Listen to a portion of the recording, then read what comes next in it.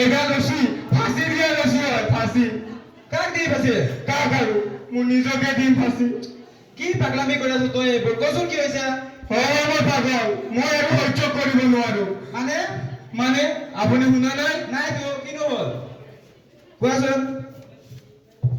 master দেখোন তেওঁ তোমাক কি পাঠ পঢ়াইছে এৰি দিয়ক কিয় ই য'তে মৰি থাকক ৰবাই লাগো কি কোৱা হে তুমি সি নিজকে ফাঁসি লগাব লৈছে খুব ভাল হৈছে মোৰ কি আমাৰ গাঁৱৰ ৰক্ষা কৰিব মানে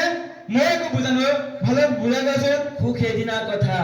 মোৰ ভতিজা ল'ৰা আৰু ইয়াৰ ল'ৰাৰ কিবা কথাত কাজিয়া হ'ল ল'ৰা ছোৱালীৰ মাৰপিট ইয়াৰ ল'ৰাই অলপ মূৰত আঘাত পালে ই অধমে কি কৰিলে জানে মোৰ ভতিজা ল'ৰাটো অনতি পলমে মৰক লিখাও দিলে তাৰ 3 দিনৰ পাছত মোৰ ভতিজা ল'ৰাটো কৰোণা হৈ মৰি থাকিল নহয় ই এটা দাই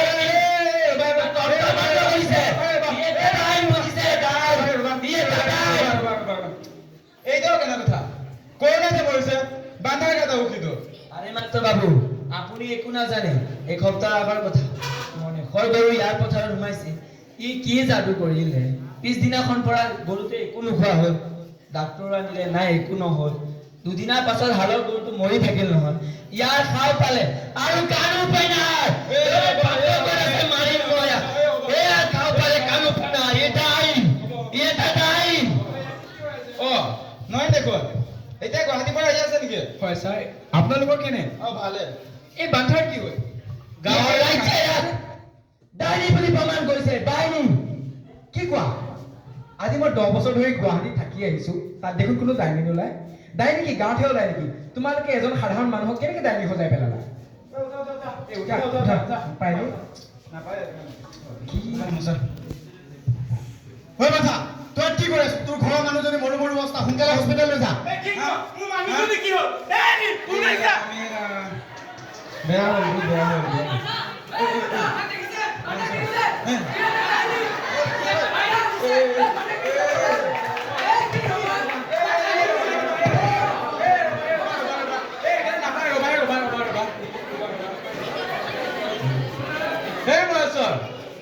তোমাৰ ঘৰলৈ বান্ধাৰ হাত মৰে মই ক'ত কৰো ডক্টৰে কৈছে তাৰ বোলে পেটত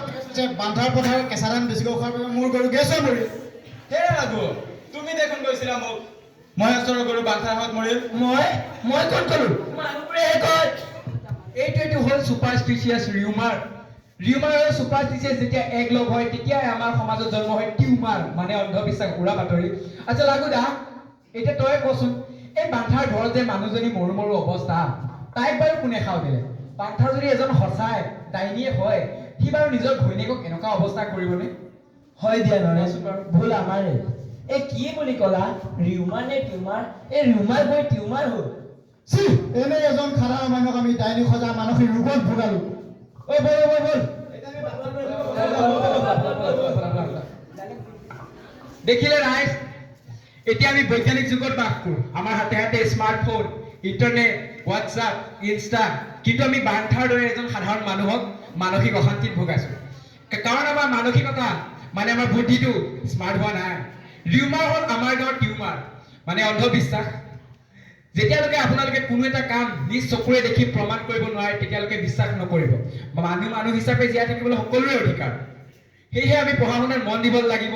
নিজৰ ল'ৰা ছোৱালী কেনেকৈ ডাক্তৰ ইঞ্জিনিয়াৰ অফিচাৰ বনাম তাৰ কথাহে চিন্তা কৰিব লাগিব আহক ৰাইজ আমি সকলোৱে মিলি আমাৰ গাঁওখনৰ উন্নতি কৰোঁ অন্ধবিশ্বাসৰ কবলৰ পৰা নিজকে মুক্ত কৰোঁ এখন